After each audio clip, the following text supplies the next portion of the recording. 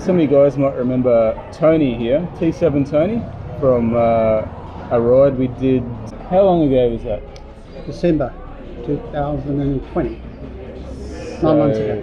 So people have been curious about how the recovery's been after that pretty horrific crash. Obviously, actually, firstly, maybe you could walk us through the actual injuries that happened as a result of me leading you into tragic terrain. Yeah, it was actually a very strange one, Josh. We were supposed to go for a nice casual ride. Yeah, and it was pretty casual. Dirt ride on the Tenere. And it was casual for the first 500 metres. Yeah. And then shit went pear-shaped. And shortly thereafter, unfortunately, as you've probably all seen, I found a big hole that shouldn't have been there. I got bucked off like someone at the Gympie rodeo. And yeah, it's been a long ride since then. It's obviously, that was 9 months ago. So what was the damage initially? Damage was 10 broken ribs. The right lung was punctured by 2 of the ribs. And obviously the right shoulder was trashed. So there was a tendon. Yeah, 3 of the main tendons off the main bone, off the top bone were torn off. The collarbone's actually got 3 connecting to the scapula and this whole structure. So 3 of them were torn off completely. Ooh, but at the time it wasn't a big deal. I mean, the shoulder wasn't an issue. I know you were there and you saw it sticking out of the shirt. It looked a bit odd, with that sort of bone coming up under the skin. But it was mostly the lungs. It was the ribs. The ribs was the big deal. Not being able to breathe and just the pain. Yeah. So it's been quite a long, slow recovery, hasn't it? A lot longer than I'd like it to be. But I guess the main reason behind that is probably the shoulder took a lot longer to get attention. So they had to sort the ribs out first, get me stabilised. Obviously then sort the lung out. There are a lot of lung exercises to be done, even at hospital. I was actually quite surprised. They've got this little machine, shove it down your mouth, and they tell you to draw in, and you've got to lift these 3 balls up. Oh, yeah, that old and chestnut. I couldn't move any of them. Yeah. And they said, we have to get you to move these little balls up because your lungs are now filling up with fluid. And that was a major problem. But yeah, I mean, it's been a long 9-month journey. Obviously hoping to get back on the bike in the next month or 2. The shoulder's recovering. That was 6 months ago I had the operation on the shoulder. They put a bit of Dyneema and wrapped that round and sort of tied everything together. So rumour has it you were actually in the hospital at the same time as Toby Price, and he had the same injury on the opposite shoulder. Exactly. And you didn't get a selfie. I'm still pissed about that. Yeah, I did think about that. No, what happened is I walked into the Brisbane private hospital with a shoulder injury, and I checked in at 6 in the morning, and I walked up to reception, checked in, and I turned around and Toby was sitting there. I mean, I didn't know him, I knew of him, of course. You and I said, Toby, what are you doing here? Didn't you have your operation a month ago? And he looked a bit sheepish.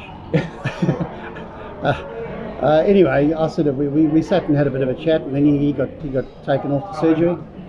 And that evening I caught up with him, and he basically had his left shoulder done because he'd come off in the Dakar.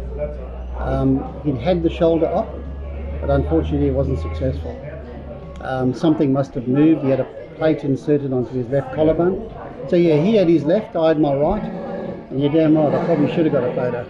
But I didn't want to sort of interfere with his privacy, I'm not sure if KTM wanted to know. Is it true that he told you not to say anything?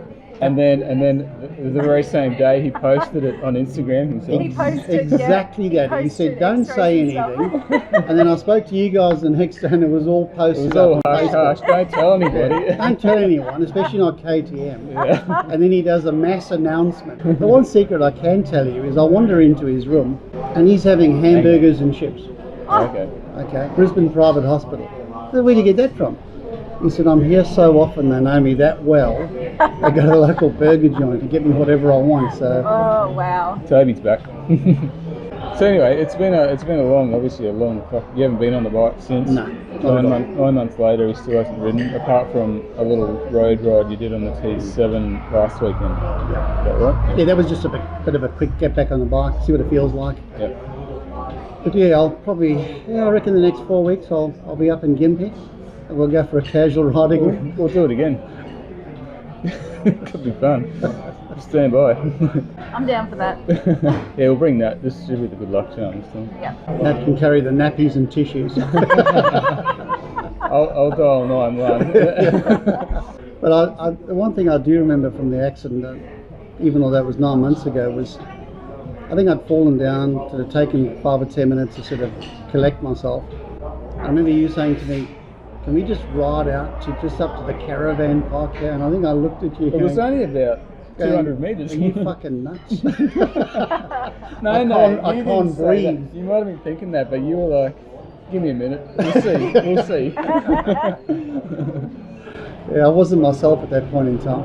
Obviously, that tiny little accident that was really nothing, but ended up being something pretty life changing. Obviously, you know, because you were into spearfishing, and it's put a bit of a kibosh on that, hasn't it? Well, yeah, I guess yeah, All your hobbies. a lot of what we do in spearfishing is free diving. I mean, you've got a free dive, breath hold, You need lungs for that. and unfortunately the right lung hasn't healed. So, as I said earlier, it's just I've got a lung and a half now. I haven't been out yet, but I'm sure in the next few months I'll get out to see how it works, and hopefully it does. So, if not, I'll have to stick to the bikes, Well, at least you got which I something. don't have is a good thing, Yeah. considering.